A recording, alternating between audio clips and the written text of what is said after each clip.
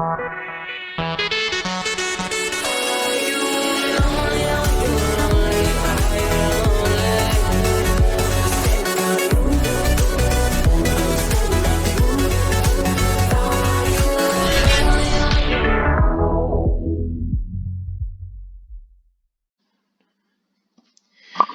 YouTube, today we're going to be talking about compression from the OCR GCSE Computer Science Guide 1.7. So, we're going to start today with compression utilities, okay? So, let's go. So what are compression utilities? They remove redundant data to make a file smaller. Less frequently used data can be compressed to a free space on the hard drive.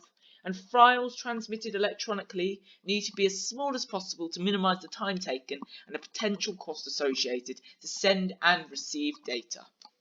Okay, so there's two types of compression, and I'm going to talk briefly about it in the next few slides.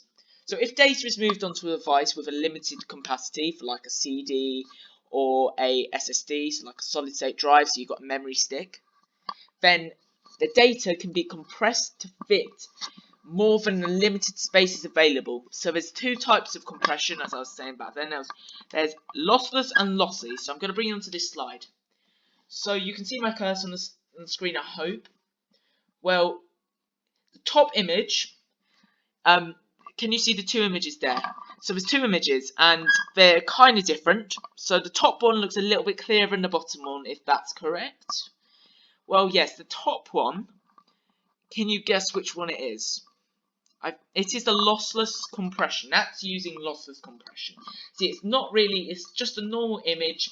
It's just being cut down with, it just reduces the files. Now, the bottom one there, it deletes the unnecessary data. So look, it's pixelated. It doesn't look nice. You put that, if you're a graphic designer, you sent that to your customer, they wouldn't be impressed at all. They'd dislike you and stuff. They'll be saying you're not a good graphic designer.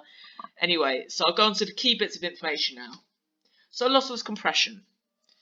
Lossless compression reduces files with no loss of information during the process, enabling the original file to be recreated exactly when uncompressed.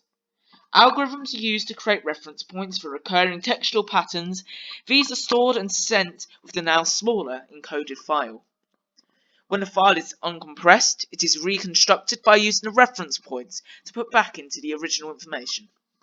Next, we're moving on to lossy compression. So, lossy compression eliminates some of the bits of information to reduce the file size and permanently delete the unnecessary data. Data will still be viable, however the original file will not be retained. So it's kind of the one for like the cheap states. You just want an image to be there. You don't care what the quality is going to be like. So which one do you think is better? Please comment below, because I will tell you the correct answer in the next video, and I bet most of you will be able to tell me which one it is. Yeah, I'm just guessing that. So next we'll be moving on to backing up data. So, data and applications need to be backed up to ensure a copy is available to restore the system in case of a damage or loss. There are two types of backups, so we've got full and incremental backup. So, the first one we're going to go through is full backup. So, a copy of data in the software on a hard drive or server is copied to a backup medium. So, for example, an external hard drive or a DVD-R. And the medium is kept at a different location. It usually takes a long time to complete, so maybe overnight or the whole day. And recovery takes a long time as it restores all the data and programs. Next, we're moving on to incremental backup.